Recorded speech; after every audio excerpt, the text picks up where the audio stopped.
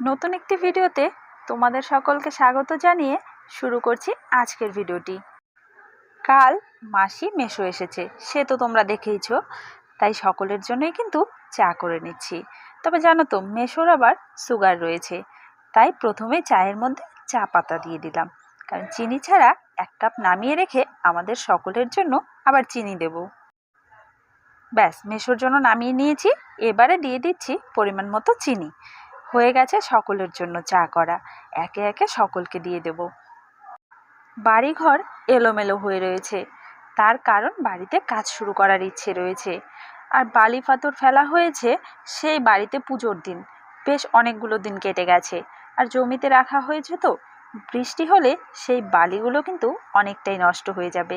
সেই জন্য আজকে মিস্ত্রি আসার কথা রয়েছে। কয়েকদিন যাবৎ ওদের আসার কথা বলা হচ্ছিল, কিন্তু ওদেরও অন্যান্য জায়গায় কাজ রয়েছে। দাদাও যেহেতু এই কাজের সঙ্গে যুক্ত রয়েছে বেশ অনেকগুলো দিন থেকে, তাই ওর কিন্তু এখন আর অসুবিধা হয় না। তবে একা তো করা সম্ভব নয় এই কাজগুলো, তাই যাদের সাথে ও কাজ করে তাদেরকে নিয়েই কিন্তু আস্তে ধীরে এই কাজগুলো করবে। মেসো এখানে কাজে ব্যস্ত হয়ে পড়েছে। আসলে বাড়িঘর ভাঙা হবে তো, আর এই রান্নাঘরটাই ভাঙতে হবে। দিদা এখানে জাল দিচ্ছে। বাবার যাওয়ার কথা থাকলেও বাড়িতে এই কাজ ফেলে বাবা আর যেতে পারছে না। আমি, মাসি, মেসো আর দিদা আমরা সকলেই কিন্তু যাচ্ছি মেজো মাসির বাড়িতে। আগের দিন তোমাদের বলেছিলাম সেখানে একটা খারাপ কিছু ঘটে গেছে। আসলে আমাদের মেসো আমাদের সকলকে ছেড়ে কিন্তু না ফেরার দেশে চলে গেছেন। দিদা ওইদিকে টোটোতে বসে পড়েছে, চলো যাওয়া যাক। দিদা, মাসি, মেসোকে নামিয়ে দিয়ে আমি আবার চলে এসেছি টাকাটুলি বাজারে। আসলে এখানে বড় মাসি এসেছেন, বড় মাসিকে নেবার জন্যই চলে এসেছি, কারণ আমি যেহেতু বাড়ির ওখান থেকে টোটো নিয়ে এসেছি, ওকে নিয়েই চলে এসেছি। আর মেজো মাসির বাড়ি রয়েছে অনেকটা ভেতরে, ওই দিকটাতে এই একার জন্য টোটো কিন্তু একদম যেতে চায় না। মাসি বের হওয়ার আগে আমাকে ফোন করেছিল, তাই ভাবলাম যে যাই একটু নিয়েই আসি। এখানে মাসি, দাদা আর মাসির জন্য একটা শাড়ি, দাদার জন্য একটা গেঞ্জি নিল।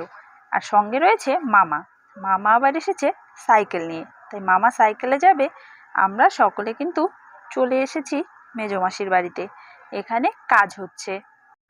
এই পৃথিবীতে কার জন্য যে কতগুলো দিন ঠিক বরাদ্দ রয়েছে তা আমরা কেউই বলতে পারি না।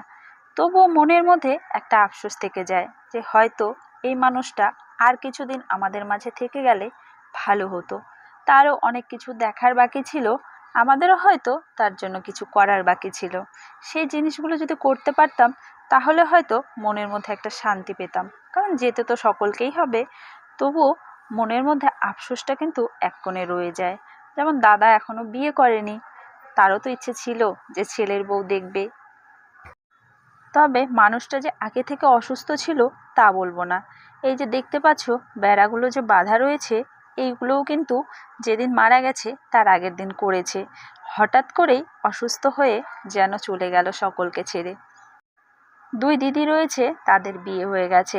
এই বাড়িতে থাকার মধ্যে রইল শুধু দাদা আর মাসি। আর দাদা ভীষণভাবে ভেঙে পড়েছে, কারণ মাথার ওপর থেকে একদম ছাদটা ওর এক নিমেষে সরে গেছে। পুরো সংসারের দায়িত্বটাই কিন্তু এখন নিজের কাঁধে নিতে হবে। আর এতটা জায়গা জুড়ে বাড়ি, এই সমস্ত কিছু দেখে শুনে রাখার দায়িত্বটাও কিন্তু ওর কাঁধেই এসে পড়ল। কাজ শেষ হয়ে গেছে, এখন সমস্ত কিছু গোটানো চলছে। ঠাকুরমশাইরা বাড়ি চলে যাবেন। সন্ধ্যের পরে বাড়ির কাজ মিটিয়ে দাদা আর বাবা চলে এসেছে। এখানে সন্ধ্যাবেলা একটু কীর্তনের আয়োজন করা হয়েছে। আর বড় মাসি রয়েছে, ছোট মাসি আর মেসো চলে গেছেন বাড়িতে। তাদের বাড়ি তো অনেকটা দূরে, দুপুরবেলা কাজ শেষ হওয়ার পরেই কিন্তু তারা বেরিয়ে গেছেন। এখন আমাদের বাড়ি থেকে আমরা 3 জন রয়েছি, আমরাও এই কীর্তন হয়ে যাওয়ার পরে বাড়ি যাব। তবে দিদাকে আর আজকে নিয়ে যাব না, মাসি তো একলা হয়ে গেল। তাই দিদাকে বললাম কয়েকটা দিন থাকো এখানে। বড় মাসিও কাল নাকি চলে যাবে, তারও বাড়িতে একটু ঝামেলা রয়েছে। তবে বড় মাসি বলল তার ঝামেলা মিটিয়ে সে কয়েকদিনের মধ্যে এসে বেশ কয়েকটা দিন থেকে যাবে মাসির কাছে, কারণ একাকিত্বটা ভীষণ খারাপ জিনিস।